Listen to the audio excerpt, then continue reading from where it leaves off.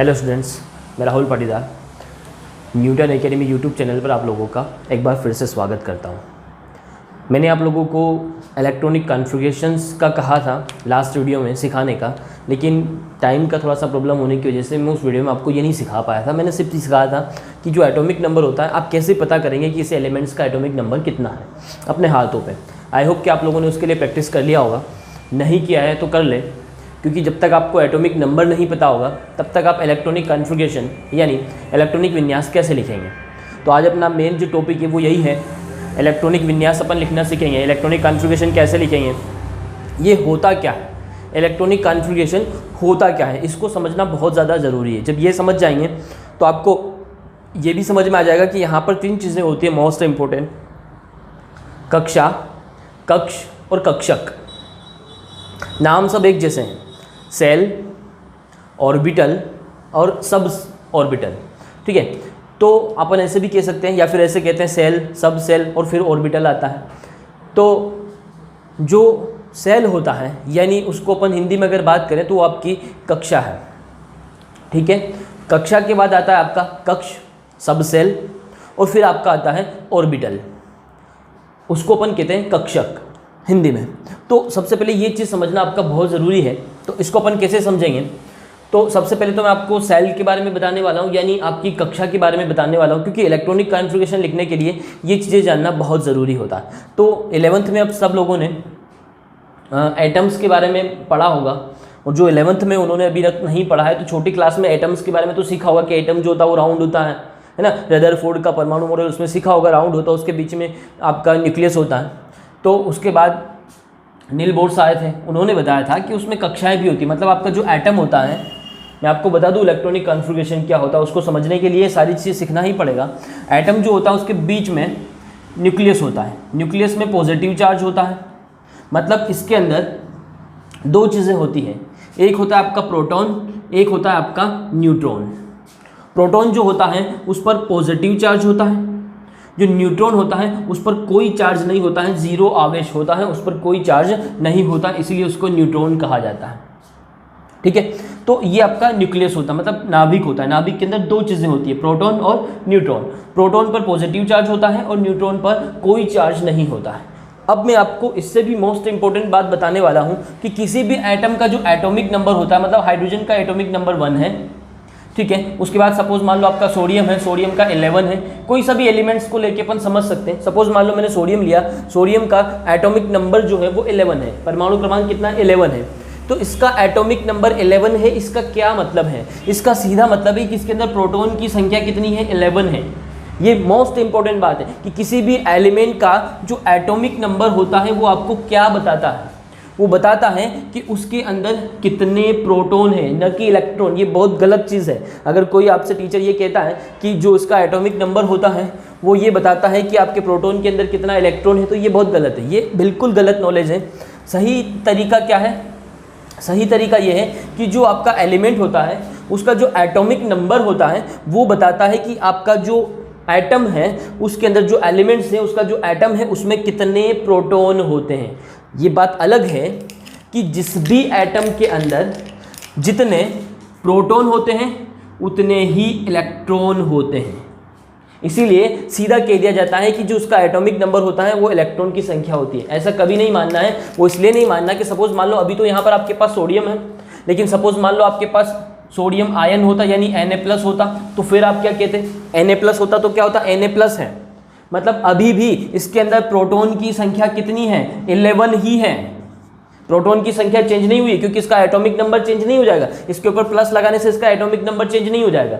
Na+ और Na दोनों का एटॉमिक नंबर कितना है, 11 है। परंतु बहुत मोस्ट इंपॉर्टेंट बात है कि इसके ऊपर कोई चार्ज नहीं है, इसके ऊपर एक प्लस चार्ज है। एक प्लस चार्ज कब आता है, किसी भी एलिमेंट्स पर कोई प्लस चार्ज या माइनस चार्ज कब आता है, ये तब आता है जब वो इलेक्ट्रॉन को या तो डोनेट करता है या वो एक्सेप्ट करता है, गेन करता है। कोई भी एलिमेंट जितने इलेक्ट्रॉन को डोनेट करता है उतना उसके ऊपर प्लस चार्ज आ जाता है। मतलब सीधी बात है कि सोडियम ने एक इलेक्ट्रॉन को डोनेट किया है, इसलिए इस पर एक प्लस चार्ज आ गया। अब ये ऐसा क्यों करता है, मैं आपको कुछ बेसिक चीज़ें सिखाऊंगा। मैंने कहा था पीरियोडिक टेबल जो मैं आपको बहुत डिटेल में सिखाने वाला हूँ एलिमेंट्स के बारे में, तो आपको समझ में आ जाएगा किसी एलिमेंट्स पर कितना प्लस चार्ज होता है और कितना माइनस होता है, क्यों किसी एलिमेंट्स पर प्लस चार्ज होता है और क्यों किसी पर माइनस चार्ज होता है, ये भी मैं आपको सिखाने वाला हूँ। तो यहाँ मैं बता देता हूँ कि Na जो होता है इस पर एक प्लस चार्ज होता है क्योंकि ये एक इलेक्ट्रॉन को डोनेट करता है। तो एक इलेक्ट्रॉन को डोनेट करा मतलब अब इस पर इलेक्ट्रॉन की संख्या कितनी हो गई, 10 हो गई। तो क्या इसका एटॉमिक नंबर 10 हो जाएगा? नहीं होगा। एटॉमिक नंबर अभी भी इसका 11 है क्योंकि इस पर प्रोटॉन की संख्या कितनी, 11 है। इसीलिए मैंने कहा है कि किसी भी एलिमेंट्स का जो एटॉमिक नंबर होता है, नोट कर लेंगे बात, किसी भी एलिमेंट का जो एटॉमिक नंबर होता है इसका मतलब ये हुआ कि उसके पास उतने प्रोटॉन हैं। मतलब इसका एटॉमिक नंबर 11 है तो इसके पास प्रोटॉन की संख्या कितनी है, 11 है। तो समझ में आ गया कि कोई भी एटम जो होता है उसके बीच में न्यूक्लियस होता है। अब न्यूक्लियस के पास क्या क्या मिला आपको, प्रोटॉन मिला और न्यूट्रॉन मिला। अब इस न्यूक्लियस के पास यहाँ फिर से एक बार और मैं स्ट्रक्चर बनाता हूँ, ये आपका न्यूक्लियस हो गया यानी नाभिक हो गया, इसमें प्रोटॉन है। अब न्यूट्रॉन पे तो कोई चार्ज नहीं होता तो यहाँ पर उसको इंडिकेट नहीं कर सकते, और इसके आसपास राउंड सेल होती है। इन सेल को हिंदी में अपन कक्षा कहते हैं। क्या कहते हैं? यही सेल है आपका, या इसको हिंदी में अपन कक्षा कहते हैं। ठीक है, ये नाभिक के जो सबसे पास वाला सेल जो होता है ये फर्स्ट सेल है। ठीक है, नील बोर ने इसको के नाम दिया था। ठीक है, फिर एल, फिर एम, फिर एन, आप इसको फर्स्ट कह सकते हैं। ये फर्स्ट सेल हो गया नाभिक की जो सबसे पास है, न्यूक्लियस की जो सबसे पास वाली ये फर्स्ट सेल है। फिर ये वाला सेकेंड सेल है, फिर ये थर्ड, फिर फोर्थ, फिर फिफ्थ, ऐसे सेल आते जाएंगे। ठीक है, इससे भी मोस्ट इंपॉर्टेंट बात मैं आपको ये बता दूं कि जो नाभिक के सबसे पास वाली सेल होती है ये फर्स्ट वाली सेल है, तो इसमें कितनी सब सेल होगी और कितने इसके अंदर ऑर्बिटल होंगे। मतलब ये कक्षा है, इसमें कितने कक्ष होंगे और इसमें कितने कक्षक होने वाले हैं, उनके बारे में भी मैं आपको सिखाऊंगा। इसको अपन कैसे समझ सकते हैं, इसको अपन ऐसे समझ सकते हैं कि सपोज मान लो आपके पास एक बिल्डिंग है, ये आपके पास एक बिल्डिंग है। ठीक है, इस बिल्डिंग में ये फ्लोर है, ये फर्स्ट फ्लोर, ये ग्राउंड फ्लोर हो गया, ये first, second, third, fourth, fifth, ऐसे सेल ये आपके क्या हो गए, इसमें फ्लोर हो गए। तो पहला तो क्या हुआ, बिल्डिंग। बिल्डिंग मतलब आप समझ लें कि ये आपकी कक्षा है, यानी ये आपका क्या है, सेल है। आप ऐसे याद रख सकते हैं। फिर इसके अंदर ये फ्लोर है, तो ये जो फ्लोर है ये आपके सब सेल हो गए। ठीक है, यानी ये आपके कक्ष हो गए। और इनके अंदर रूम है, ये एक रूम हो गया, ये दो हो गया, ये तीन, ये रूम है। तो ये रूम जो है आपके क्या हो गए, ऑर्बिटल हो गए, यानी इनको आप कक्षक कह सकते हो। तो आपको ये समझ में आता है सबसे बड़ा जो है वो क्या है, सेल है। सेल के अंदर सब सेल होता है और सब सेल के अंदर भी क्या होते हैं, कक्षक होते हैं। मतलब ये आपका पूरा बिल्डिंग है, इसमें फ्लोर होते हैं, फ्लोर पे क्या होता है, हर फ्लोर पे क्या है, रूम है। तो बिल्डिंग मतलब आपकी कक्षा हो गई। फिर इसके अंदर जो ये फ्लोर आ रहे हैं मतलब ये आपका सब सेल हो गया, और फ्लोर के अंदर जो रूम है वो आपका कक्षक हो गया। मतलब सबसे बड़ी चीज़ क्या हो गई, कक्षा हो गई। मतलब ये जो राउंड वाला जो है आपका, जो न्यूक्लियस के पास में जो राउंड राउंड आपको जो दिख रहा है स्पेस, ये आपका सेल है। ठीक है, डेफिनेशन भी सेल का यही होता है कि जो न्यूक्लियस है इसके आसपास जो वृत्ताकार आपका जो स्थान होता है जिसमें इलेक्ट्रॉन घूमते हैं, राउंड लगाते हैं, वही आपकी कक्षा है। उसके अंदर आपका सब सेल होता है और उसके अंदर आपका ऑर्बिटल होता है। अब कौन सी वाली कक्षा में कितने कक्षक हैं, ठीक है, ये भी मैं आपको सिखाने वाला हूँ, ये भी अपन सीखने वाले हैं। तो अब इसको ध्यान से समझेंगे, फिर मैं आपको इलेक्ट्रॉन कैसे रखा जाता है उसके बारे में बात करूँगा। तो चलिए सपोज मान लो कि आपकी फर्स्ट वाली सेल को ले लेते हैं अपन। नाभिक के जो सबसे पास है, न्यूक्लियस के जो सबसे पास है, वो आपकी फर्स्ट सेल है। ये आपका फर्स्ट वाला सेल हो गया। तो फर्स्ट वाले सेल की अगर मैं बात करूं तो इसके अंदर सब सेल कितना होगा, फर्स्ट सेल है तो सब सेल भी कितना होगा, 1, यानी इसके अंदर केवल 1s होता है। अब सब सेल जो होती हैं वो S, P, D, F इनके नाम से चलता है। तो पहली वाली है तो फर्स्ट S याद रखेंगे, ये होता है। सेकेंड वाली में क्या होता है, सेकेंड वाली सेकेंड से स्टार्ट होगी तो ये 2s। दूसरी वाली है तो इसमें 2 सब सेल होते हैं तो 2s होता है, 2p होता है। फिर तीसरी वाली सेल की बात करूंगी तो ये थर्ड से शुरू होगा, इसमें सब क्या गया, यहाँ फर्स्ट लगा, यहाँ 2 लगा देना, तो इसमें 3 होते हैं। अब 3 कैसे देखेंगे, देखो S, P, D, F, ये 4 ब्लॉक पीरियोडिक टेबल में होते हैं। फर्स्ट सेल है तो आपको 1 ले लेना है, यानी अपन ने S ले लिया। सेकेंड सेल है तो मैंने S और P दोनों ले लिया, और सेकेंड है तो 2 लगाना है आगे, 2s और 2p हो गया। थर्ड वाली सेल है तो 3 ले लो, S, P और D। तो देखो क्या क्या आ जाएगा इसमें, 3s आ जाएगा, 3p आ जाएगा और 3d आ जाएगा। बात को ध्यान से समझते हुए चलेंगे। फिर फोर्थ वाली आपकी कक्षा है, ठीक है। तो फोर्थ वाली कक्षा में क्या आ जाएगा, चारों को ले लो, 4s 4p 4d और 4f, इतना आपको समझ में आना चाहिए। अब फिफ्थ वाली कक्षा भी होती है, ठीक है। फिफ्थ वाली में क्या आ जाएगा, फिफ्थ वाली में आपका सब जगह 5s, लेकिन पांच चीज़ें कहाँ से लाओगे, तो ये खत्म नहीं हो गया, ये चलता रहता है, s p d f g h i, ये चलता रहता है, लेकिन इतने एलिमेंट्स ही नहीं है। जब अपन इलेक्ट्रॉनिक कॉन्फ़िगरेशन लिखते हैं, इलेक्ट्रॉनिक विन्यास लिखते हैं, तो अपना यहाँ पर f पर ही खत्म हो जाता है, इससे आगे जाने का ज़रूरत ही नहीं पड़ता, इसलिए लिखा नहीं गया। इसका मतलब ये नहीं कि आगे कुछ होता नहीं है। अगर आपसे 5वीं सेल के बारे में पूछा जाए कि इसमें कितने आपके सब सेल होते हैं, तो यहाँ 5s होता है, 5p होता है, 5d होगा, 5f हो जाएगा और उसके बाद कौन आ जाएगा, 5g आ जाएगा। तो यहाँ देखो 1 2 3 4 5 हो गए। ये फोर्थ वाली थी तो इसमें 4 है, 3 वाली में 3 है, 2 वाली में 2 है और फर्स्ट वाली में फर्स्ट ही है। तो टोटल मतलब अगर बात करें तो ये तो सेल हो गई, ये वाली सेल है, फर्स्ट सेकेंड थर्ड 4 5, और ये आपकी सब सेल हैं। तो फर्स्ट वाली में एक, यानी एक ही आपकी सब सेल है, 2 वाली में 2 आपकी सब सेल है, 3 वाली में 3 सब सेल है, 4 वाली में सब सेल कितनी है, 5। मतलब ये आपकी एक बिल्डिंग हो गई, ठीक है। इस पहली वाली बिल्डिंग में एक ही फ्लोर है, दूसरी वाली बिल्डिंग में 2 फ्लोर है और तीसरी वाली जो आपकी बिल्डिंग है उसमें 3 फ्लोर है, ऐसे चलता है, ठीक है। तो ये तो आपको समझ में आ गया कि ये आपका सेल है और ये आपका सब सेल है। अब एक चीज़ और मैंने कहा था, ऑर्बिटल आपका कक्षक आपका होता है, तो उसको भी समझ लो। इसको समझना बहुत आसान है। अगर मैं आपको बात करूं पीरियोडिक टेबल की, जो मैंने आपको पढ़ा दी है, तो एस जो ब्लॉक है आपका, उसकी अगर बात करें तो उसमें कितने ग्रुप हैं, उसमें 2 ग्रुप है। कितने ग्रुप है, 2 ग्रुप है। आपको बस ये याद रखना है, 2 ग्रुप है। और एक चीज़ और मैं आपको उससे भी मोस्ट इंपॉर्टेंट बता दूं कि कोई रूम है उसमें केवल 2 लोग रह सकते हैं। जितने भी रूम हैं, फ्लोर पर बिल्डिंग है, मतलब बिल्डिंग पर फ्लोर है और फ्लोर में रूम है, और हर रूम में कितने लड़के रह सकते हैं, 2 आदमी उसमें रह सकते हैं। अब 2 रह सकते हैं, मतलब इसका ये है कि जो आपका कक्षक है, ऑर्बिटल है, एक ऑर्बिटल में 2 इलेक्ट्रॉन रहते हैं। ये आपको समझना है, क्योंकि इलेक्ट्रॉन कहाँ रहेंगे, ऑर्बिटल में। ये आपका सेल है, सेल के अंदर सब सेल होता है, सब सेल के अंदर ऑर्बिटल होता है और उस ऑर्बिटल में इलेक्ट्रॉन रहता है। अब उसी में आपको इलेक्ट्रॉन भरना सीखना है। तो अगर मैं बात करूं कि यदि आपके पास सब सेल कौन सा है, एस है, चाहे वो फर्स्ट सेल का हो, चाहे सेकंड का हो, थर्ड का हो, 4 का हो, अगर वो एस है, मतलब सीधा है कि इस एस वाले जो फ्लोर है इसमें एक ही रूम है। जहां पर भी एस दिख जाए मतलब उसमें रूम कितना है, 1। और अभी जस्ट मैंने कहा कि एक रूम में कितने इलेक्ट्रॉन रह सकते हैं, 2। ये आगे थोड़ा और क्लियर आपको समझ में आ जाएगा। तो एस मतलब यहाँ पर कितना आपका कक्षक कितना हो गया, यानी ऑर्बिटल कितना हो गया, यहाँ पर 1। कक्षक हिंदी में कहेंगे तो कक्षक, इंग्लिश में बात कहेंगे तो ये आपका ऑर्बिटल है। तो यहाँ अगर मैं फर्स्ट वाली सेल की बात करूँ तो यहाँ सारी चीज़ें समझ में आ गई। ये आपका सेल है, ये सब सेल है और इसमें एक ऑर्बिटल है। क्लियर वे में आपको समझ में आ गया कि ये आपकी कक्षा है, ये कक्ष है और ये आपका कक्षक है, ठीक है।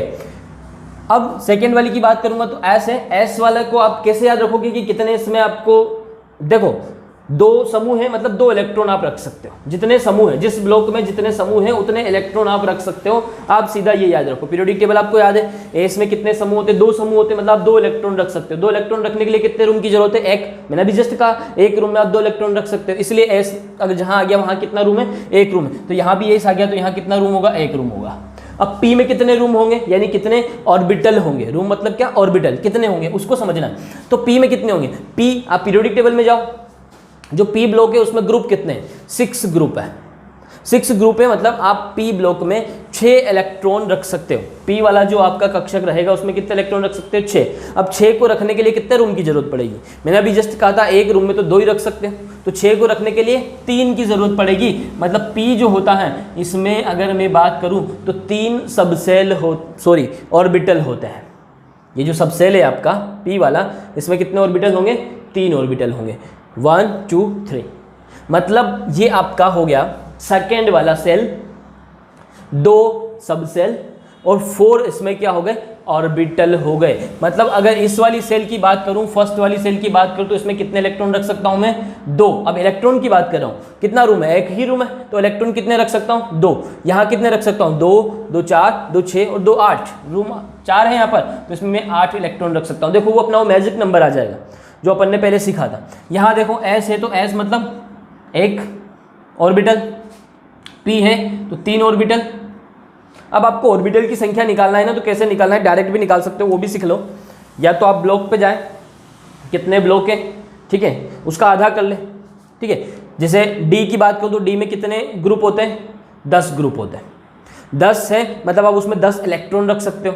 अब 10 इलेक्ट्रॉन को रखने के लिए कितने रूम की जरूरत पड़ेगी, 5। एक रूम में 2 रख सकते हो, तो 5 की। तो डी की अगर बात करूँ तो डी के अंदर अगर ऑर्बिटल की बात करूँ तो 5 ऑर्बिटल होते हैं, ठीक है। 5 रूम हो गए डी में। तो ये रूम निकालने के लिए क्या करना है, एस में कितने होते हैं, 2, ठीक है। तो आप अब इनमें क्या करें, प्लस करते जाए। सॉरी, एस में कितना होता है, एक ही रूम होता है, इलेक्ट्रॉन 2 होते हैं, रूम तो एक ही होता है, मतलब ऑर्बिटल तो एक ही होता है। तो इसमें आप 2 प्लस करते जाएं। 1 में 2 प्लस करेंगे तो कितना आ जाएगा, 3 में 2 प्लस करेंगे तो 5 में 2 प्लस करेंगे तो 7।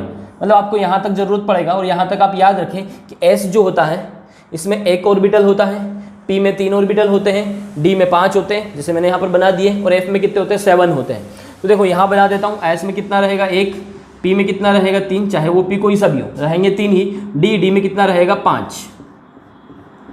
और एफ की अगर मैं बात करूं तो एफ में कितना रहेगा 7।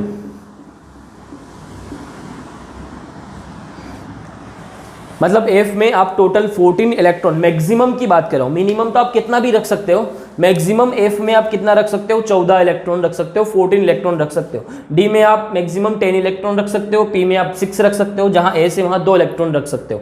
ये बहुत मोस्ट इंपॉर्टेंट बात है जो इलेक्ट्रॉनिक कॉन्फ़िगरेशन जब लिखोगे तो आपको बहुत यूजफुल है। दूसरी बात, आपको अगर किसी कक्षा के इलेक्ट्रॉन निकालना है, मान लो किसी सेल में कितने इलेक्ट्रॉन होते हैं ये निकालना है, तो उसके लिए भी बहुत यूजफुल है।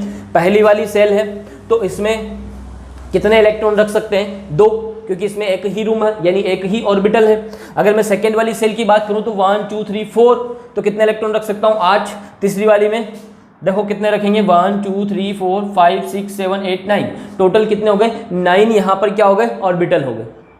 तो एक में 2 रख सकते हैं, तो 9 2 जा 18, मतलब आप तीसरी वाली सेल में 18 इलेक्ट्रॉन रख सकते हो।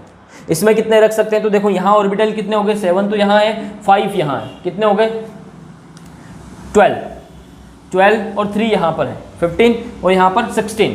तो एक में 2 रख सकते हैं, तो 16 में 32, मतलब इसमें आप कितने इलेक्ट्रॉन रख सकते हो, 32 रख सकते हो। ऐसे इसके भी निकाल सकते हैं। तो किसी भी आपकी जो सेल होती है यानी कक्षा होती है उसमें आप कितने इलेक्ट्रॉन रख सकते हो वो आप कैसे निकाल सकते हो, इतना सब करने का ज़रूरत नहीं है। इसके लिए एक और सिंपल तरीका होता है। किसी भी कक्षा में जो टोटल इलेक्ट्रॉन होते हैं वो कितने होते हैं कक्षा में, या हिंदी में इसको कोश भी कहा जाता है, इंग्लिश में याद रखें तो सेल। किसी भी सेल में टोटल इलेक्ट्रॉन जो होते हैं उनको लिखा जाता है 2n²। ये आपको याद रखना है, किसी भी सेल में टोटल इलेक्ट्रॉन कितने होते हैं, 2n²। यहाँ पर n जो है, n = नंबर ऑफ सेल, आपका सेल का नंबर कितना है, कौन सी वाली सेल है, फर्स्ट है, सेकेंड है, थर्ड है। सपोज मान लो आपको पहली सेल के लिए कितने इलेक्ट्रॉन उसमें आते हैं वो निकालना है, तो आप n का वैल्यू 1 ले लो। मतलब n का वैल्यू 1 लूंगा तो 2 × 1², 1 का स्क्वायर 1 होता है, तो 2 × 1 = कितना आ गया, 2 आ गया। तो देखो ना आपकी पहली सेल में कितने इलेक्ट्रॉन आए थे, 2। सपोज मान लो तीसरी के लिए निकाल के देखते हैं, तो तीसरी के लिए n का वैल्यू कितना हो जाएगा, 3 रखो इसमें, 2 × n का वैल्यू हो गया 3 का स्क्वायर, तो देखो कितना हो गया, 2 × 9 = कितना हो गया, 18। मतलब आपकी थर्ड वाली सेल में टोटल कितने इलेक्ट्रॉन होते हैं, 18। मतलब किसी भी सेल में आपको इलेक्ट्रॉन की संख्या निकालनी है तो आप सीधा फॉर्मूला लगाएंगे 2n²। अब मैंने आपको यहाँ पर क्या क्या सिखा दिया उसको सीख ले। सेल, इनको सेल कहते हैं। सेल के अंदर कितनी सब सेल होती है, और सब सेल के अंदर क्या होता है, ऑर्बिटल होता है। हर सब सेल में कितने इलेक्ट्रॉन आने वाले हैं वो भी मैंने आपको सिखा दिया है। अब जब इलेक्ट्रॉनिक कॉन्फ़िगरेशन लिखेंगे तो इलेक्ट्रॉनिक कॉन्फ़िगरेशन का मतलब ही ये होता है कि सपोज मान लो आप सोडियम का इलेक्ट्रॉनिक कॉन्फ़िगरेशन लिख रहे हैं, मैं आपको लिख के सिखा देता हूँ। इसके अंदर पहले सोडियम का लिख रहा हूँ तो सोडियम आता है 11 नंबर पे। मुझे इन 11 इलेक्ट्रॉन को, ये 11 है मतलब ये इसका एटॉमिक नंबर 11 है, मतलब इसके अंदर प्रोटॉन की संख्या कितनी है, 11 है। अब प्रोटॉन तो न्यूक्लियस में होता है तो उसको तो लिखने का ज़रूरत नहीं है, उसको अरेंज करने का ज़रूरत नहीं है, लेकिन जितना इसमें प्रोटॉन है उतना ही इसमें क्या है, इलेक्ट्रॉन भी है। तो उन इलेक्ट्रॉन को मुझे इनमें रखना है। इन सेल में इलेक्ट्रॉन जो होता है वो घूमता रहता है, बस उसी को मुझे लिखना है, उसी को इलेक्ट्रॉनिक कॉन्फ़िगरेशन कहते हैं। अब मैं आपको एक चीज़ बता दूं कि सबसे पहले इलेक्ट्रॉन जो है, ये मोस्ट इंपॉर्टेंट बात है, नोट कर लेना। सबसे पहले इलेक्ट्रॉन उस सेल में जाता है जिस सेल का एनर्जी लेवल सबसे कम होता है। जिसका एनर्जी सबसे कम है, इलेक्ट्रॉन सबसे पहले उसमें ही जाता है। मतलब एक और चीज समझ लेना कि जो न्यूक्लियस के सबसे पास वाली सेल होती है उसका एनर्जी लेवल सबसे कम होता है। जैसे जैसे न्यूक्लियस से आप दूर जाते जाओगे वैसे वैसे एनर्जी लेवल क्या होता जाता है, बढ़ता जाता है। ठीक है, मतलब साफ हुआ कि सबसे पहले इलेक्ट्रॉन जो है वो कहाँ जाएगा, फर्स्ट वाली सेल में जाएगा, क्योंकि इसका एनर्जी लेवल सबसे कम है। अब फर्स्ट वाली सेल में जाएगा तो फर्स्ट वाली सेल में क्या है, 1s, मतलब इसमें मैं कितने इलेक्ट्रॉन रख सकता हूँ, 2 इलेक्ट्रॉन रख सकता हूँ। तो 11 में से 2 इलेक्ट्रॉन तो मैंने इसमें रख दिए, क्योंकि s में तो एक ही ऑर्बिटल होता है ना, तो 2 इलेक्ट्रॉन रख सकता हूं, तो मैंने रख दिया। इलेक्ट्रॉन रखने का तरीका ये होता है, ये फर्स्ट लिखा हुआ आगे मतलब ये सेल का नंबर है, ये s है यानी फर्स्ट सेल का s है, और इसमें कितने इलेक्ट्रॉन रख सकता हूं मैं, 2। तो ये इलेक्ट्रॉन जो ऊपर स्क्वायर लिखा है मैंने, ये इलेक्ट्रॉन की संख्या है, ऐसे ही लिखा जाएगा। अभी पूरा मैं आपको एक्सप्लेन करके बताऊंगा। फिर सेकेंड वाली सेल में चले जाओ, सेकेंड वाली सेल में आपका 2s होता है और 2p होता है, तो 2 इलेक्ट्रॉन तो मैं यहाँ रख दूंगा और 6 इलेक्ट्रॉन में यहाँ रख सकता हूँ। अब टोटल इलेक्ट्रॉन कितने हो गए हैं, 2, 2 4 और 6 10 इलेक्ट्रॉन हो गए। ठीक है, 10 इलेक्ट्रॉन हो गए। अभी मेरे पास 1 इलेक्ट्रॉन और बचा है, तो मैं तीसरी सेल में जाऊंगा, क्योंकि अब दूसरी सेल तो भर गई पूरी। दूसरी सेल में तो यही होता है ना, 2s होता है और 2p होता है, इससे ज़्यादा तो होता नहीं है। तो अब मैं तीसरी सेल में जाऊँगा। तीसरी सेल में सबसे पहले मेरे पास क्या आया, 3s, तो मैं 3s में जाऊँगा। अब इसमें मैं कितना इलेक्ट्रॉन रख सकता हूँ, अब रख तो इसमें 2 सकता हूँ, s है मतलब 2 रख सकता हूँ, लेकिन 2 तो है ही नहीं मेरे पास। टोटल इलेक्ट्रॉन 11 है, 11 में से 2 मैंने यहाँ रख दिए, 2 यहाँ रखे और 6 यहाँ रखे, टोटल 10 इलेक्ट्रॉन तो मैं रख चुका हूँ, एक ही बचा है, तो 3s1। अगर मैं यहाँ इन इलेक्ट्रॉन को भरता हूँ तो कैसे भरा जाएगा, s में मुझे 2 इलेक्ट्रॉन भरने, इलेक्ट्रॉन को कैसे भरा जाता है समझना। एक रूम के अंदर 2 इलेक्ट्रॉन आते हैं, तो एक इलेक्ट्रॉन जो होता है उसका स्पिन सीधा रहेगा, दूसरे वाले का क्या रहेगा, उल्टा। स्पिन का मतलब समझते हो, इलेक्ट्रॉन यहाँ पर घूम रहा है। अब सब इलेक्ट्रॉन एक ही दिशा में नहीं घूमते, सबकी स्पिन एक जैसी नहीं होती है। जो मैंने सीधा रखा है वो क्लॉकवाइज घूम रहा है, जो मैंने उल्टा रखा है वो एंटी क्लॉकवाइज घूम रहा है। तो ये रूल्स भी मैं आपको 11th के चैप्टर में है, वहाँ सिखाऊंगा। यहाँ से कितना सीख लें कि इलेक्ट्रॉन को आपको 2 रखना है, एक ऑर्बिटल में इलेक्ट्रॉन कितना रखना है, 2 रखना है, एक को सीधा रखना है, एक को उल्टा रखना है। इलेक्ट्रॉन ऐसे ही रखा जाता है। ठीक है, इलेक्ट्रॉन भरने का तरीका समझ लेना। अब मुझे यहाँ पर रखना है 2 इलेक्ट्रॉन, तो यहाँ रख दिए, फिर 2 इलेक्ट्रॉन में यहाँ रखूंगा, तो पहला वाला सीधा रखूंगा, दूसरा वाला मुझे क्या रखना है, उल्टा, हमेशा ऐसा ही करना है। अब मुझे इसमें 6 इलेक्ट्रॉन भरना है। अब 6 इलेक्ट्रॉन कैसे भरना है उसको भी ध्यान से समझना। सबसे पहले क्या होता है कि ये जो ऑर्बिटल होते हैं इन सब में पहले एक एक इलेक्ट्रॉन जाता है। कितना जाता है, एक एक इलेक्ट्रॉन जाता है। यदि उसके बाद भी और इलेक्ट्रॉन आपके पास बचे हुए हैं तो फिर यहाँ पर इलेक्ट्रॉन जो है उनका पेयर बनता है। पहले वो क्या होते हैं, अनपेयर्ड होते हैं, मतलब वो अयुग्मित होते हैं। हिंदी में कहें तो अयुग्मित, यानी सिंगल सिंगल रखेंगे। ऐसा नहीं कि मुझे 6 इलेक्ट्रॉन रखने हैं तो मैं यहीं से भरता हुआ चल रहा हूँ, 2 2 4, और जब 4 भरने हैं तो मैं इनको ऐसे भर दूंगा, ऐसा नहीं होता। पहले सब में क्या जाता है, सिंगल सिंगल इलेक्ट्रॉन जाता है, यानी एक यहाँ रखा, दूसरा यहाँ पर, और ये तीसरा इलेक्ट्रॉन है। चौथा कहाँ जाएगा, अब चौथा ये है, पाँचवा ये है और छठा है। जब तक आपके पास स्पेस है तब तक आपको सिंगल सिंगल ही रखना है। जब स्पेस खत्म हो जाती है तब जाके फिर वो क्या करते हैं, पेयर बनाते हैं, यानी फिर डबल हो जाते हैं, फिर उनको युग्मित कहते हैं। ये युग्मित इलेक्ट्रॉन है, जब 2 एक साथ है तो ये युग्मित है, पेयर्ड इलेक्ट्रॉन। ये सब नोट करते जाए शब्द, बहुत काम आने वाले। ये पेयर इलेक्ट्रॉन है, और यदि यहाँ पर ऐसा होता 5 इलेक्ट्रॉन भरने होते तो मैं ऐसे भरता। ठीक है, मतलब ये क्या हो गया, अनपेयर। 4 भरने होते तो मैं ऐसे भरता, 1 2 3 और 4, ऐसे नहीं भरता कि ये वाला भी मैंने यहाँ रख दिया है, 2 2 4 हो गए, ऐसे नहीं होता। पहले सब में सिंगल सिंगल जाता, 1 2 3 और चौथा यहाँ पर आता। ठीक है, ये 5वां यहाँ आया और छठा यहाँ आया, ये सब पेयर इलेक्ट्रॉन है। तो देखो कितने हो गए, 2 2 4 2 6 2 8 और 2 10 हो गए। एक इलेक्ट्रॉन और बचा तो वो यहाँ आ जाएगा। ठीक है, लेकिन इससे भी मोस्ट इंपॉर्टेंट बात है कि आप सिर्फ इतना सा सीख के इलेक्ट्रॉनिक कॉन्फ़िगरेशन नहीं लिख सकते हो। क्यों नहीं लिख सकते हो, मैं बताता हूँ। सबसे कम एनर्जी लेवल इसका होता है, आपने इसमें इलेक्ट्रॉन रख दिया, फिर इसका होता है, इसमें भी रख दिया, फिर इसका होता है, फिर इसमें रख दिया, है ना। एनर्जी लेवल बढ़ता जा रहा है। 1s के बाद 2s आता है, फिर 2p आता है, 3s आता है, 3s के बाद आपका 3p आ गया। ठीक है, 3p के बाद सीधा 4s आता है, फिर 3d आता है। अब प्रॉब्लम आ गई, सर ऐसा क्यों, ये तो 4th वाला सेल है, ये तो बाद में आ रहा है। अभी आपने कहा जितना दूर जाएंगे एनर्जी लेवल उतना कम हो जाता है, लेकिन 3d और 4s की अगर मैं बात करूँ तो 4s का एनर्जी कम होता है, 4s के कंपेयर में 3d का एनर्जी क्या होता है, ज़्यादा होता है। ये प्रैक्टिकली निकाले हुए हैं। इसके लिए अबाउ का रूल है, उन्होंने इनको बढ़ते हुए ऊर्जा के क्रम में व्यवस्थित किया है कि किसकी ऊर्जा ज़्यादा है और किसकी ऊर्जा कम है। तो उसी के बेसिस पे आपको इसमें क्या करना है, इलेक्ट्रॉन को भरना है, सीक्वेंस में नहीं भरते जाना है। ठीक है, मैंने अभी जस्ट कहा कि 3D से पहले 4s आता है, ऐसे बहुत यहाँ सब ऐसे लाइन से नहीं चलेंगे। तो इनको आपको क्या करना पड़ेगा, अब्बाव का रूल बनाना आना चाहिए। लेकिन अब्बाव का रूल बनाना तो मैं आपको जब सिलेबस पढ़ाऊंगा, क्योंकि आंसर में आपको उसको लिखना पड़ता है अब्बाव के रूल्स को, तो उसको बनाना भी पड़ता है, इसलिए वो सीखना बहुत ज़रूरी है। लेकिन मैंने इलेक्ट्रॉनिक कॉन्फ़िगरेशन लिखने के लिए बहुत ही शॉर्ट ट्रिक बनाया है, जिससे आप इनका सीक्वेंस, किसका एनर्जी कम है, किसका एनर्जी लेवल ज़्यादा है ना, lower to higher energy level आसानी से निकाल लेंगे। सिर्फ 2 सेकेंड का काम रहेगा। 30 सेकेंड के अंदर तो आप पीरियोडिक टेबल में से 10 सेकेंड तो किस चीज़ में लगते हैं, 30 सेकेंड बता रहा हूँ, यानी आधे मिनट की अगर मैं बात करूँ तो 10 सेकेंड तो आपको कोई भी एलिमेंट्स अगर दिया जाएगा एग्जाम में तो उसका एटॉमिक नंबर निकालने में लगेगा, जैसा कि मैंने आपको पिछले वीडियो में सिखा दिया है। उसके बाद फिर आपको ये सीक्वेंस बनाना है, इसमें आपको 5 सेकेंड का टाइम लगेगा। और फिर 5 सेकेंड में आप क्या करेंगे, इलेक्ट्रॉनिक कॉन्फ़िगरेशन लिख लेंगे, थोड़ी सी देर में उसका कैलकुलेशन कर लेंगे, इलेक्ट्रॉन को जोड़ लेंगे।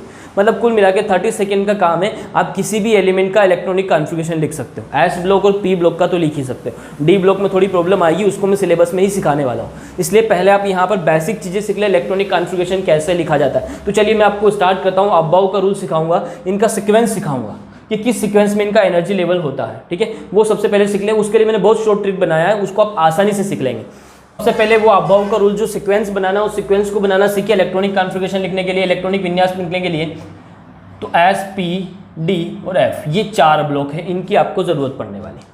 दूसरा, आप डिजिट याद रखें, 1 1 2 2 3 3 और 4 4, बस 11 22 33 44, बस ये याद रखना है। अब देखो आपको क्या करना है, यहाँ पर 1 1 है तो 1 का बोला मतलब आपको ये 1 लेना है, फिर 1 है मतलब फिर से ये लेना है। जब आपसे 2 कहा जाए तो आपको ये 2 लेने हैं, लेकिन लिखना उल्टा है। मतलब एस को तो उल्टा क्या लिखोगे, एस तो एस ही होगा, लेकिन जब 2 लोगे आप, 2 का मतलब इन दोनों को लेना है, एस और पी को, यहाँ लिखोगे क्या, पी एस, पीछे से पढ़ना है, पी एस। तो सबसे पहले 2 बार आपको क्या लिखना है, एस एस, फिर 2 2 है मतलब आपको लिखना है पी एस पी एस, 2 चीज़ें ले लो ना, 2 का मतलब होता है 2 लेना, लेकिन लिखना उल्टा है, पी एस पी एस। ठीक है, तो ये तो हो गया 1 फर्स्ट वाला, ये 1 का मतलब ये हुआ, और ये जो 2 लिखा उसका मतलब हुआ पी एस, फिर 2 लिखा इसका मतलब हुआ पी एस। बार बार आपको ये लिखने की जरूरत भी नहीं पड़ेगी, मुंह पे याद हो जाएगा, S S P S P S. अब 3 लेना है तो डी पी एस, 3 का मतलब क्या हुआ, डी पी एस, 3 का मतलब हुआ डी पी एस। तो देखो लिख लेते हैं, डी पी एस, फिर 3 है तो डी पी एस। मैंने कहा ना 3 मतलब उल्टा लेना है, 3 ले लिया मैंने, डी तक ले लिया, डी पी एस 2 बार लिख दिया। फिर 4 4 है तो चारों को ले लो, उल्टा लिख दो, एफ डी पी एस और एफ डी पी एस। तो लिख दो F D P S, F D P S. ये हो गया आपका अब्बाव का नियम, कुछ भी नहीं करना है इसमें। आपको कैसे याद रखना है, S S P S D P S, फिर एफ डी पी एस, बस। क्या कहा मैंने, 1 1 का मतलब एस एस, 2 2 का मतलब पी एस 2 बार लिखना है, फिर 3 3 का मतलब डी पी एस, और 4 का मतलब एफ डी पी एस और एफ डी पी एस। ये आपका पूरा बन गया। अब क्या करो, अब कुछ नहीं करना, पहले जो एस एस है उस पर नंबर डाल लो। तो नंबर डालते हैं एस एस पे, तो ये नंबर कहाँ से डालना स्टार्ट करना है, एस कितने नंबर पे आ रहा है, पहले नंबर पे आ रहा है, तो पहले से स्टार्ट करो, यानी 1 से स्टार्ट करो, 1, फिर इसका हो जाएगा 2, एस एस पे नंबर डालना है, पी पे नहीं डालना है, सीक्वेंस में 1 2 3 4, ये 5, ये 6 वाला हो गया, और ये 7, और ये एस हो गया आपका 8 वाला। ठीक, एस पे डाल दिया आपने नंबर। अब पी पे नंबर डालें, अब पी कितने नंबर पे आ रहा है, दूसरे नंबर पे आ रहा है, तो इसका नंबरिंग भी 2 से ही स्टार्ट करना है। मैंने आपको वहाँ सिखाया था अभी जस्ट कि पहली वाली सेल में केवल एस होता है, पी तो होता ही नहीं है। फर्स्ट सेल तो एक ही उसके अंदर सब सेल, ठीक है। तो पी आपका दूसरे नंबर से स्टार्ट हो, तो यहाँ 2 से नंबरिंग स्टार्ट करो, 2 कर दिया, फिर इसका 3 हो गया, फिर ये 4 वाला हो गया, ये 5, ये 6 और ये 7 हो गया। पी पे भी नंबरिंग, डी पे नंबर डालो, डी आपका तीसरे नंबर पे, तो 3 से आपको नंबरिंग स्टार्ट करना। तो डी कहाँ है, ये रहा, यहाँ से स्टार्ट हो रहा, तो 3, ये 4, ये 5 और ये 6। अब बचा क्या आपका, केवल एफ बचा। एफ आपका कहाँ, चौथे नंबर पे, तो 4 से शुरू होगा, तो ये रहा आपका 4, और एक और कहाँ बचा है, ये 5। ये आपके सब पे नंबर डल गया है, और ये इसका एनर्जी सबसे कम होता है, फिर इसका, मतलब इस पर आप निशान बना लें, यहाँ पर रेड से बना देता हूँ, अलग ही दिखेगा। इसका एनर्जी लेवल सबसे कम, फिर इसका, ऐसे चलता है, ठीक है।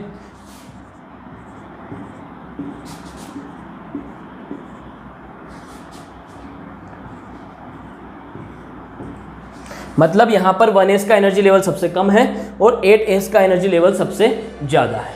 अगर ये आपने बनाना सीख लिया है, देखो इसके लिए आपको इतना सब करने का बार बार ज़रूरत नहीं है, इसको आप मुंह पे याद रख ले, SS, फिर PS, फिर DPS और FDPS, ये याद रहेगा। तो आपको कुछ नहीं करना, यहाँ से आप लिख लें, इन चारों को लिख लें और यहाँ से बोलें SS, 2 बार बोलें SS, फिर बोले PS, फिर बोले DPS, फिर आ जाएगा FDPS। अब इसको सीक्वेंस में लिखते हुए चलना है, तो कैसे लिखेंगे? सपोज मान लो आपका S आ गया, फिर S आ गया, तो ये S1 था, तो ये S क्या हो जाएगा? 2 हो जाएगा। फिर आपका PS आया, तो P तो 2 से शुरू होता है, तो इसके आगे 2 लिख देना। और ये S आया, तो 2 तक तो S हो ही गया था, इसको 3S लिख दो। फिर PS आएगा, तो P2 तो यहाँ पे हो ही गया था, इसके आगे 3 लगा दो। और S यहाँ पर 3 हो गया था, यहाँ 4 लगा दो। तो ऑटोमेटिकली आप साथ साथ ही नंबर भी डालते जाएंगे और ये लिखते हुए भी जाएंगे। तो जहाँ तक ज़रूरत है वहाँ तक ही लिखना पड़ेगा, बार बार आपको उसको पूरा बनाने का ज़रूरत नहीं पड़ेगा। क्यों नहीं पड़ेगा उसको समझते हैं। अभी ये तो मैंने बनाना सिखा दिया, ठीक है, कि ये सबसे कम एनर्जी लेवल इस तरीके से इनका बढ़ता है। मैंने कहा था ना 3S के बाद 3P आता है, यहाँ तक तो कोई दिक्कत नहीं। 3P के बाद सीधा 4S आ जाएगा, 3D यहाँ चला गया, फिर 4P आ गया और फिर 5S आ गया। देखो 4D यहाँ चला गया और 4F यहाँ चला गया, बीच में 6S आ गया, 5P आ गया। तो इस वजह से आपको ये याद रखना पड़ेगा, इलेक्ट्रॉन को इसी क्रम में रखना है। पहले इलेक्ट्रॉन इसमें जाएगा, फिर इसमें, फिर इसमें, फिर इसमें, फिर इसमें, ऐसे सीक्वेंस में चलता रहेगा। अब इलेक्ट्रॉन रखना सीखते हैं, इलेक्ट्रॉनिक कॉन्फ़िगरेशन बनाना सीखते हैं। पहले यही बनाना सिखा देता हूँ, फिर मैं आपको डायरेक्ट इसको बनाना भी सिखाऊंगा कैसे बनाना है। थोड़ा सा मेहनत लगेगा। सपोज मान लो आपको कैल्शियम का इलेक्ट्रॉनिक कॉन्फ़िगरेशन लिखना है, तो सबसे पहले ये पता करना पड़ेगा कि कैल्शियम कितना एटॉमिक नंबर होता है। एटॉमिक नंबर निकालना मैंने सिखाया था, मैं फिर से आपको रिवाइज करा देता हूँ। सबसे पहले तो अपन पता करेंगे कि कैल्शियम जो है कौन से पीरियड में आता है और कौन से ग्रुप में आता है। ये 2 चीज़ें आपको पता करना है, ठीक है। तो ये बनता है कार से, बेटा मांगे कार, ठीक है। मैं पूरा लिख के बता देता हूँ। बेटा मांगे कार से बनता है बेरिलियम, मैग्नीशियम और फिर आता है कैल्शियम। मैं बात करूँ तो ये आपका सेकेंड वाला तो ग्रुप हो गया। पीरियड की बात करूं तो ये सेकेंड वाला पीरियड है, ये थर्ड वाला है और ये वाला आपका 4th पीरियड है। मैंने कहा था कि S ब्लॉक के एलिमेंट से आपको जब भी एटॉमिक नंबर निकालना है, ये 4th पे है, तो आप लास्ट वाली लाइन मैंने याद करवाई थी। क्या याद करवाई थी? 2, 10, 18, 36। मैंने कहा था ये अगर 4th वाला है तो आपको वहाँ पर तीसरा वाला डिजिट देखना है। ये वाला तीसरा वाला डिजिट आपका 18 है, ठीक है। फिर मैंने कहा था यदि सेकेंड ग्रुप है तो 2 प्लस करना है और आपका फर्स्ट ग्रुप है तो 1 ही प्लस करना है। कल मैंने सिखाया था लास्ट वीडियो में, मैं उसका डिस्क्रिप्शन बॉक्स में आपको लिंक दे दूंगा, आप वहां से देखेंगे। तो यहाँ मुझे 2 प्लस करना पड़ेगा, तो 18 में मैं 2 प्लस करूंगा 20, यानी कैल्शियम का एटॉमिक नंबर कितना है? 20। मैंने कहा था कि आपको एटॉमिक नंबर निकालने का काम केवल 10 सेकेंड का है, किसी भी एलिमेंट्स का, चाहे वो S ब्लॉक का है, चाहे वो P ब्लॉक का है, चाहे वो D ब्लॉक का है। मैंने कल सिखा दिया था। आपको मेहनत करने का जरूरत है, मेहनत नहीं करेंगे तब तक कुछ नहीं होगा। देखो मैंने यहाँ पर निकाल दिया, कैल्शियम का एटॉमिक नंबर कितना होता है? 20 होता है। मुश्किल से 10 सेकंड का टाइम लगेगा, वो तो मैंने आपको बोल के बताया, ऐसा वैसा सब कुछ। अगर डायरेक्ट निकालना होता तो 10 सेकेंड में बराबर आप निकाल सकते हैं। चलिए, तो अब 20 तो आ गया, मतलब आपको ये पता चल गया कि कैल्शियम के पास 20 इलेक्ट्रॉन है। अब इन 20 इलेक्ट्रॉन को मुझे क्या करना है? रखना है सेल में। इसी को इलेक्ट्रॉनिक कॉन्फ़िगरेशन कहते हैं। तो चलिए रखते हैं, यहाँ से रखना शुरू करना पड़ेगा क्योंकि इसका एनर्जी लेवल सबसे कम है। तो इसमें मैं कितना रख सकता हूँ? मैंने अभी सिखा दिया है, उसको भी अपन यहाँ नोट कर लेते हैं कि जो S होता है उसमें आप अधिकतम कितने इलेक्ट्रॉन रख सकते हो? 2, क्योंकि इसमें एक ही ऑर्बिटल होता है। P में 3 ऑर्बिटल होते हैं, 6 इलेक्ट्रॉन आप रख सकते हो। जितने ग्रुप हैं, ठीक है, जितने उसके ग्रुप है उतने इलेक्ट्रॉन आप उसमें रख सकते हो। आप सीधे भी याद रख सकते हो। S में कितने ग्रुप है? 2 पीरियोडिक टेबल में। P में कितने ग्रुप है? 6 है, तो 6 इलेक्ट्रॉन रख सकते हैं। D के कितने ग्रुप है? 10। F के कितने? 14, है ना। पीरियोडिक टेबल अपन ने याद कर लिया है। तो S में अधिकतम आप 2 इलेक्ट्रॉन, जहां S आएगा 2 इलेक्ट्रॉन भर दूंगा, जहां P आएगा 6 भर दूंगा, D आएगा तो 10 और F आएगा तो 14। चलिए स्टार्ट करते हैं। यहाँ 20 इलेक्ट्रॉन है, S में कितना रख सकता हूँ? 2। जोड़ते हुए चलेंगे, 2 इलेक्ट्रॉन हो गए। फिर यहाँ 2 रखते हैं, S है तो 2 रखेंगे, 2 और 2 4। P में कितना रख सकता हूँ? 6, कितना हो गया? 10। फिर S आ गया, इसमें 2 रख सकता हूँ, 12। P आ गया, 6 रख सकता हूँ, 18। फिर S आ गया, इसमें 2 रख सकता हूँ तो 20। अब इससे ज़्यादा मेरे पास इलेक्ट्रॉन ही नहीं है, मतलब मेरा इलेक्ट्रॉनिक कॉन्फ़िगरेशन क्या हो गया? 1s2, ऐसे कोमा करके हुए लिखना होता है। फिर 2s2, फिर आया मेरा 2p6, यहाँ से नोट कर रहा हूँ ना। फिर आया 3s2 और फिर आ गया मेरा 3p6 और लास्ट में मेरा आ गया 4s2। ये मेरा इलेक्ट्रॉनिक कॉन्फ़िगरेशन निकल गया। अब इस इलेक्ट्रॉनिक कॉन्फ़िगरेशन में भी बहुत सारी बातें हैं जो आपको याद रखना है, समझना है। इनसे आपको बहुत सारी चीज़ें पता चलती है। सपोज़ मान लो ये कैल्शियम था, अभी इसके बारे में मैंने दो चीज़ें आपसे स्टार्टिंग में निकलवाई थी।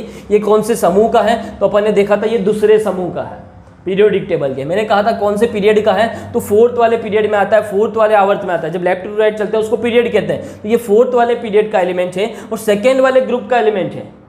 ये बात आपको इलेक्ट्रॉनिक कॉन्फ़िगरेशन खुद बता रहा है। कैसे बता रहा है? और एस ब्लॉक का एलिमेंट है, ये भी बता रहा है आपका इलेक्ट्रॉनिक कॉन्फ़िगरेशन। कैसे, उसको समझना। जब भी किसी एलिमेंट का इलेक्ट्रॉनिक कॉन्फ़िगरेशन लिखते हो तो ये लास्ट वाला आउटर सेल कौन सा है? ये फर्स्ट वाला सेल है। ये देखो इसके आगे 1 लिखा हुआ मतलब ये फर्स्ट वाला सेल है, इसके आगे 2 लिखा हुआ मतलब ये सेकंड वाला सेल है, और ये वाला आपका थर्ड वाला, और ये हो गया फोर्थ वाला। और सबसे बाहर वाली जो सेल होती है उसको आउटर सेल कहा जाता है। इसका एक और नाम होता है, इसको कहते हैं वैलेंस सेल, संयोजी कक्ष।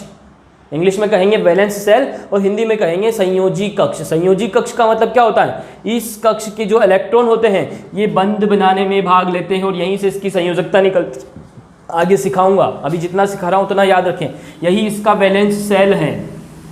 इसके अंदर जितने अनपेयर इलेक्ट्रॉन होते हैं या जितने अनपेयर इलेक्ट्रॉन ये बना सकता है वही इसकी वैलेंसी होती है, वही इसकी संयोजकता है। संयोजकता का मतलब होता है किसी भी तत्व का दूसरे कितने तत्वों के साथ वो जुड़ सकता है, वही उसका वैलेंसी होता है। आगे मैं आपको ये सारी चीज़ सिखाने वाला हूँ, परंतु देखो अब ये आउटर सेल आपको क्या क्या बता रहा है। इसके आगे यहाँ पर 4 आया, इसका मतलब है इसका जो पीरियड है वो कौन सा है? फोर्थ है। हिंदी में बात करें तो जो आवर्त है वो फोर्थ है। तो आपको याद रखना है कि यहाँ पर जो ये सेल की संख्या जो बताती है ये आपको क्या बताएगा कि आपका एलिमेंट जो है वो कौन से पीरियड का है। तो देखो यहाँ पर 4 आया है मतलब ये फोर्थ वाले पीरियड का, मैंने यहाँ 4 लिखा था। इसमें लास्ट में यहाँ पर कितने इलेक्ट्रॉन आए? 2 इलेक्ट्रॉन आए, मतलब ये एस ब्लॉक का सेकेंड ग्रुप है। पूरे पीरियोडिक टेबल का ब्लॉक तो नहीं पता चलता है, लेकिन ये पता चल जाएगा कि एस का सेकेंड वाला, तो एस में तो सेकेंड ही होते हैं और ये पीरियोडिक टेबल में भी सेकेंड ग्रुप में ही आता है, तो इसका ये सेकेंड ग्रुप है। ये भी समझ में आ गया। और एस ब्लॉक का है लास्ट में, आप याद रखेंगे कि जिस भी एलिमेंट का लास्ट इलेक्ट्रॉन जिस ऑर्बिटल में जाता है वही उसका क्या होता है? ब्लॉक होता है। एस ऑर्बिटल में गया मतलब ये आपका एस ब्लॉक का एलिमेंट है। तो यहाँ से 3 चीज़ें आपको पता चल जाएगी, उसका ब्लॉक कौन सा है, उसका ग्रुप कौन सा है, उसका पीरियड कौन सा है। मतलब ये जो सेल का नंबर है, नंबर ऑफ सेल है, ये बताएगा आपका पीरियड कौन से पीरियड का है।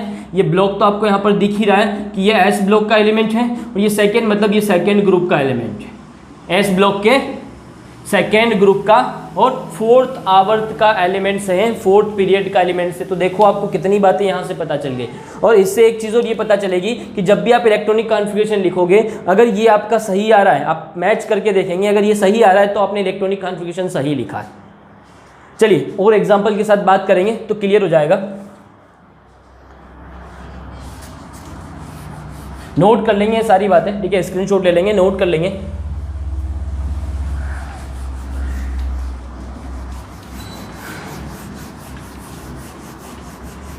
चलिए मैं एक एलिमेंट लेता हूँ, एल्यूमिनियम। क्या लिया मैंने? एल्यूमिनियम। अब मुझे ये पता करना है कि इसका एटॉमिक नंबर कितना है, उसका इलेक्ट्रॉनिक कॉन्फ़िगरेशन लिखना है, और देखते हैं कि इलेक्ट्रॉनिक कॉन्फ़िगरेशन से जो मैं पहले बताऊंगा ब्लॉक और ग्रुप अभी निकालेंगे अपन इसका, वही आता है कि नहीं आता है। इलेक्ट्रॉनिक कॉन्फ़िगरेशन लिख के देखते हैं। तो ये बनता है आलू से। कैसे बनता है? आलू से। और आलू वाला वेजिटेबल वाला लाइन अपना था बैंगन और आलू। बैंगन से बनता है आपका बोरॉन, आलू से बनता है आपका एल्यूमिनियम। ठीक है, तो आपको समझ में आ गया होगा कि ये पी ब्लॉक का पहला ही ग्रुप है ना। मैंने आपको जो आवर्त याद करवाया था, ली बे बक नॉफ याद करवाया था। तो ये देखो बोरोन वाला पी ब्लॉक का पहला ही ग्रुप है, और इसके एलिमेंट्स का एटॉमिक नंबर तो मैंने आपको याद करने के लिए कहा था कि बोरोन ये 3रे नंबर पे आता है, ये 4थे, तो बोरोन आपका 5वें नंबर पे आता है। फिर एल्यूमिनियम आपका कितने नंबर पे आता है? 13 पे आता है।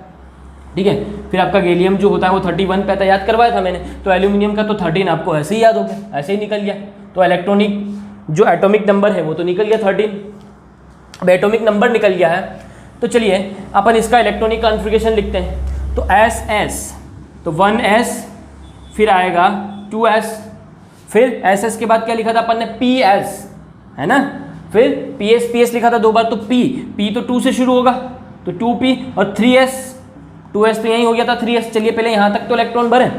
1S में कितने इलेक्ट्रॉन आते हैं, S है तो 2 इलेक्ट्रॉन आएंगे, यहाँ पर भी S है तो 2 इलेक्ट्रॉन आएंगे, 2 2 4, यहाँ कितना आएंगे 6, कितने हो गए 10, यहाँ कितना आएंगे 2, तो कितना है 2 2 4 6 10 और 2 12। अब PS फिर आता है PS, फिर P आया, तो 2P तो यहाँ हो गया था, यहाँ क्या जाएगा 3P, ये निकालना डायरेक्ट आना चाहिए, नहीं आता तो आप पूरा लिखें SS PS PS DPS FDPS FDPS, ठीक है। तो मैंने यहाँ लिख दिया SS PS और फिर P आ गया।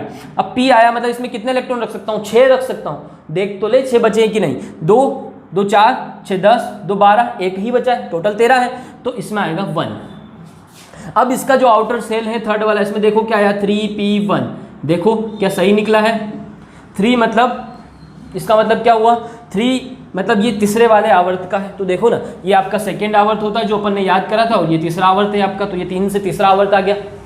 P ब्लॉक का एलिमेंट है, तो हाँ P ब्लॉक का एलिमेंट है। P ब्लॉक के पहले ग्रुप का एलिमेंट है, तो P ब्लॉक के पहले ही ग्रुप का एलिमेंट है, तो ये तो बता दिया ग्रुप पहला वाला, P में 1 इलेक्ट्रॉन आया, मतलब ये पहला वाला ग्रुप है, P का पहला, पीरियोडिक टेबल का पहला नहीं, P का पहला ग्रुप है। कि कौन सा वाला आवर्त है, ये सेकंड, ये थर्ड है, तो देखो थर्ड आवर्त है और P ब्लॉक का एलिमेंट है, तो ये P ब्लॉक का एलिमेंट है। तो लास्ट वाला आउटर सेल आपको बहुत कुछ बताता है, आपको पूरा एड्रेस दे देता है कि वो एलिमेंट्स आपका कहाँ का है, ठीक है। तो इस तरीके से आप इलेक्ट्रॉनिक कॉन्फ़िगरेशन लिख सकते हो, किसी भी एलिमेंट्स का इलेक्ट्रॉनिक कॉन्फ़िगरेशन लिख सकते हो। तो आपको समझ में आ गया होगा कि S में आप 2 इलेक्ट्रॉन रख सकते हो, P में आप 6 रख सकते हो, D में आप 10 तक रख सकते हो, F में आप 14 तक इलेक्ट्रॉन रख सकते हो। सेल क्या होता है, सब सेल क्या होता है और ऑर्बिटल क्या होता है, सब आपको समझ में आ गया है। कक्षा, कक्ष और कक्षक, सारी चीज़ समझ में आ गया। कक्षा को हिंदी में कोश भी कहते हैं, तो आपको वो भी समझ में आ गया होगा। अब बस ज़रूरत है आपको मेहनत करने की। चलिए मैं आपको और एलिमेंट्स का लेके इलेक्ट्रॉनिक कॉन्फ़िगरेशन लिखना सिखा देता हूँ, एक और अपन प्रैक्टिस कर लेते हैं।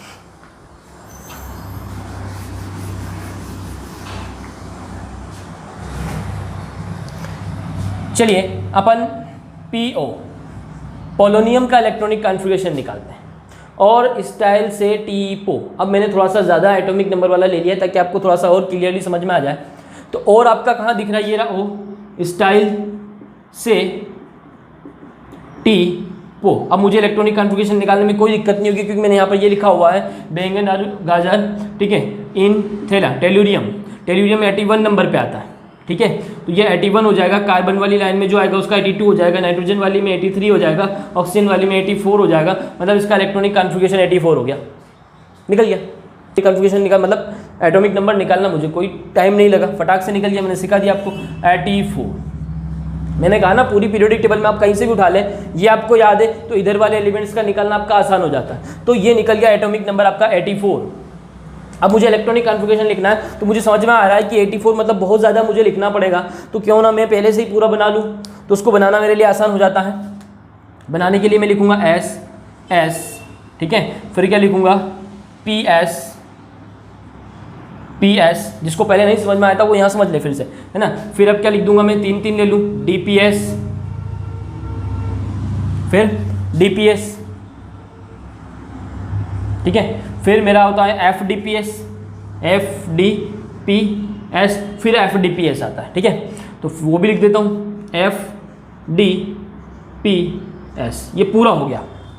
क्या क्या करा मैंने, SS PS DPS FDPS, ठीक है, और FDPS हो गया। 1 1 2 2 3 3 4 4 हो गया। अब नंबर भी डाल लेते हैं, नंबर डाल लेते हैं। ये 1 है, SS पे पहले डाल लो, 2 3 4 5 6 7 8। अब काय पे डालें, P पे, तो P सेकेंड से स्टार्ट होगा, 2 3 4 5 6 और 7। D पे डाल लेता हूँ, 3 से स्टार्ट होगा, 3 4 5 6। अब F बचा है 4 और 5, F तो 4 से स्टार्ट होता है, तो 4 और 5।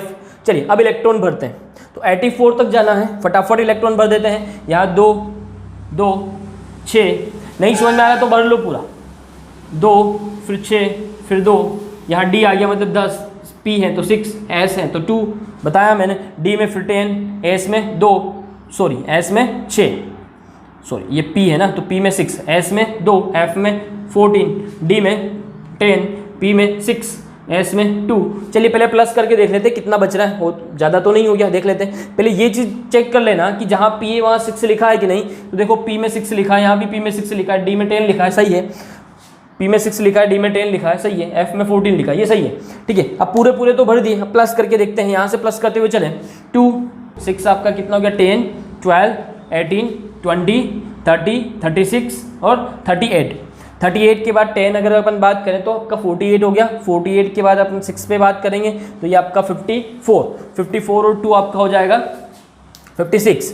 56 और 4 आपका हो गया 60, 70, 80 और ये 86 हो गया। 84 चाहिए, तो इतना आपको आगे का ज़रूरत ही नहीं है। तो 86 है, ठीक है। यहाँ तक 80 हो गया था, 4 इलेक्ट्रॉन रहता, आप 6 नहीं रख सकते, आपको यहाँ कितना रखना है, 4 इलेक्ट्रॉन रखना है, 4 ही इलेक्ट्रॉन रखाएंगे, तो 84 हो गया। तो ये आपका इलेक्ट्रॉनिक कॉन्फ़िगरेशन हो गया। अब देखो ना यहाँ से सही आया है कि नहीं, वो चेक कर लेते हैं। 6 आया, मतलब आपका 6 पीरियड में आना चाहिए, ये पीरियड बताता है, ये कितना बताता है पीरियड, तो ये सेकेंड वाला पीरियड है। ये 3rd, 4, 5 और 6, देखो ना आपका पोलोनियम 6 वाले पीरियड में ही आता है। फिर ये P ब्लॉक का है, तो P ब्लॉक का ही है। P ब्लॉक के चौथे समूह का है, चौथे ग्रुप का है P ब्लॉक के, तो देखो ना P ब्लॉक का ये फर्स्ट ग्रुप, सेकंड, थर्ड और फोर्थ, ये फोर्थ ग्रुप में ही आता है। मतलब आपका इलेक्ट्रॉनिक कॉन्फ़िगरेशन सही है। मतलब लास्ट में इसमें क्या आने वाला है, 6p4 आने वाला है। पोलोनियम का एटॉमिक नंबर 84 था। अब इतना बड़ा भी मैंने एटॉमिक नंबर आपको लिख के सिखा दिया है। मतलब सीधी सी बात है कि आप इसको अब सोल्व कर सकते हैं, चाहे कोई सा भी आपको एलिमेंट्स दे दिया जाए, एटॉमिक नंबर भी निकालना सिखा दिया है और इलेक्ट्रॉनिक कॉन्फ़िगरेशन निकालना भी मैंने आपको सिखा दिया है। तो आप लिखें, इस पर प्रैक्टिस करें, जितना प्रैक्टिस करेंगे उतना आसानी से आप एटॉमिक नंबर निकाल लेंगे। जितना जल्दी आप एटॉमिक नंबर निकालना सीखेंगे उतना ही जल्दी आप इलेक्ट्रॉनिक कॉन्फ़िगरेशन लिखना भी सीख जाएंगे। चलिए मिलते हैं कल की क्लास में।